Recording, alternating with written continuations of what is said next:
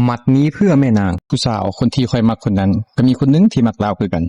ในโรงเรียนค่อยจะมีการเรียนมวยวิชาสากลมันจะได้จับคู่ใช้เดียวกันแท้แล้วจุดที่ค่อยตั้งใจลิ้นกามก็คือมันจะมีอ้ายคนหนึงที่เป็นนักกามเพียงคนเดียวในโรงเรียนซึ่งเราจะพาคนลิ้นเวียดนามอยู่แล้วประเด็นคือค่อยกับคนนั้นได้ตกลงกันไว้ว่าไผแพ้เสียแม่นาลีให้คนนั้นไปโอเคดีลตอนนั้นน้ำหนักค่อยแม่นอยู่เพียง42กิโลตอนนั้นเราน้ำหนักประมาณ55ถึง60กิโลก่อนจะจบวิชามวยแล้วใส่เดียวกันนั้นค่อยก็ต้องการที่จะเริ่มฟิตบ่ฟิตกูกับปิวแล้วเนาะค่อยก็คือยังลื่นปูปลาอยู่ส่วนคนนั้นผัดติวเข้มเกือบทุกมื้อความพ่ายแพ้ก็ใกล้เข้ามาหาค่อยจ่อเข้าฟิตได้สำเร็จก็เอาวะเรื่องมื้อนั้นก็มาถึงทุกคนโรงเรียนฮู้ว่าสองคนนี้จะใช่เดียวกันย้อนหยังจังหวะนั้นทุกสายตาจับจ้องเสียงมะวีดดังขึ้นเสียงเฮสนั่นนางผู้นั้นก็ยืนอยู่กลางจุดผู้ชมค่อยได้ส่งขวาไปมัดนึงจังหวะนั้นไอ้สัตว์เอ้ยไล่กูหลุดแพ้ไปแบบยังบ่ฮอด10 วิ